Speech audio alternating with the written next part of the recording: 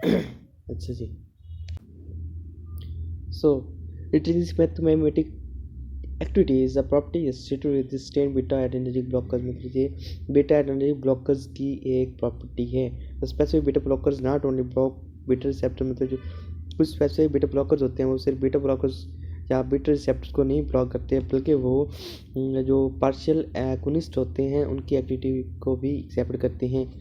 तो इस in other words drugs intrinsic sympatho activity है ability to stimulate beta receptors, मतलब कि दूसरे मानों में अगर कहा जाए तो दूसरे वर्ड्स में अगर कहा जाए तो जो इंट्रिंसिक सिंपैथोमेमेटी या आईएसए की प्रॉपर्टी रखने वाली ड्रग्स होती हैं, तो इनमें ये एबिलिटी होती है कि वो बीटा रिसेप्टर्स को स्टिमुलेट कर सकती हैं टू आ लिमिटेड एक्सटेंट, मतलब एक कुछ हद तक उनको स्टिमुलेट कर सकती हैं।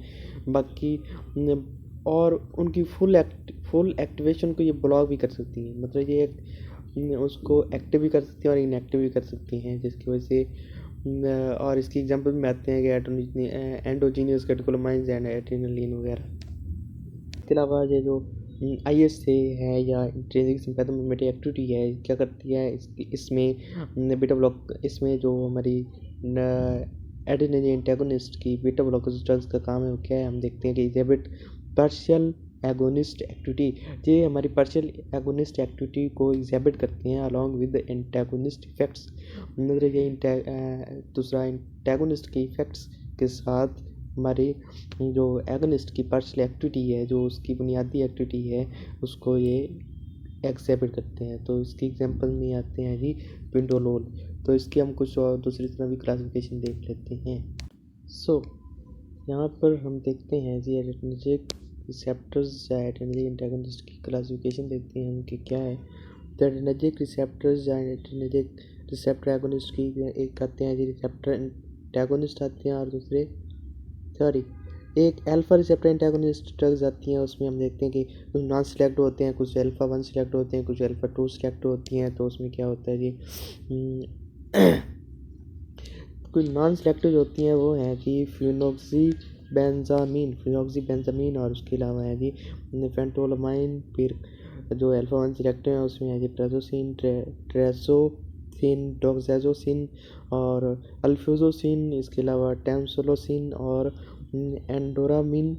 इतनी ज़्यादा लिखने की ज़रूरत नहीं है, लेकिन इसमें से कुछ याद करनी लाजमी है।